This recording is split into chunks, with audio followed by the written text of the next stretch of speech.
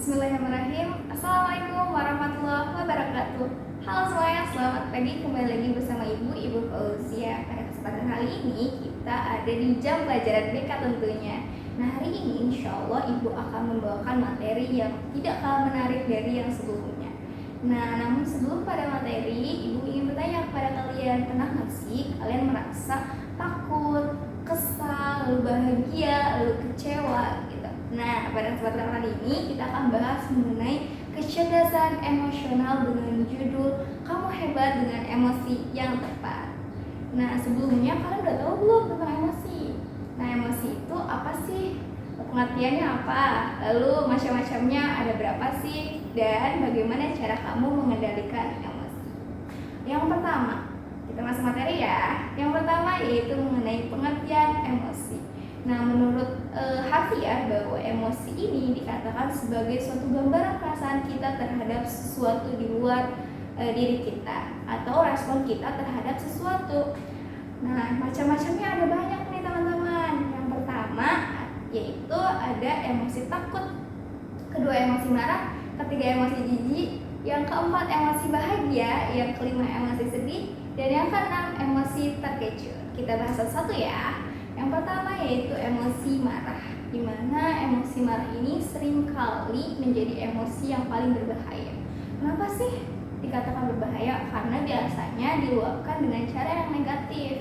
Nah, fokus kalian adalah bagaimana kalian merespon energi atau emosi negatif itu menjadi peluapan yang baik. Nah, turunan dari emosi marah ini yaitu rasa benci, rasa kesal, rasa curiga kepada teman-teman kalian atau kepada orang-orang di sekitar kalian. Lalu yang kedua yaitu mengenai emosi takut, di mana seringkali emosi takut ini diidentikan oleh pola pikir kita yang negatif sehingga kita merasa takut. Turunan dari emosi takut ini adalah rasa cemas kita terhadap sesuatu yang ingin kita kerjakan. Lalu yang ketiga adalah emosi jijik. Nah, seringkali teman-teman juga merasa jijik kan? Nah, di sini bahwa kamu merasa jijik atau merasa menghindar dari sesuatu karena kamu merasa emosi jijik. Nah, turunan dari emosi jijik ini biasanya kamu menghindar atau risih terhadap sesuatu. Lalu yang keempat yaitu emosi bahagia. Nah, teman-teman semua pasti merasa ingin sekali memiliki emosi bahagia. Kenapa? Karena turunan dari emosi bahagia adalah rasa nyaman, rasa bersyukur, lalu rasa semangat untuk menjalani hidup ini. Lalu emosi yang kelima yaitu emosi sedih. Emosi sedih ini adalah lawan dari emosi bahagia, teman-teman.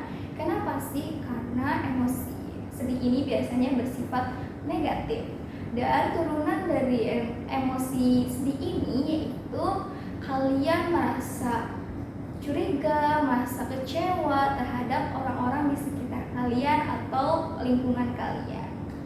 Nah, selanjutnya adalah yang keenam. Yang keenam apa ya? Nah, yang keenam adalah emosi terkejut. Nah, seringkali teman-teman semua merasa terkejut terhadap sesuatu. Nah, emosi ini biasanya bersifat durasinya sangat sebentar.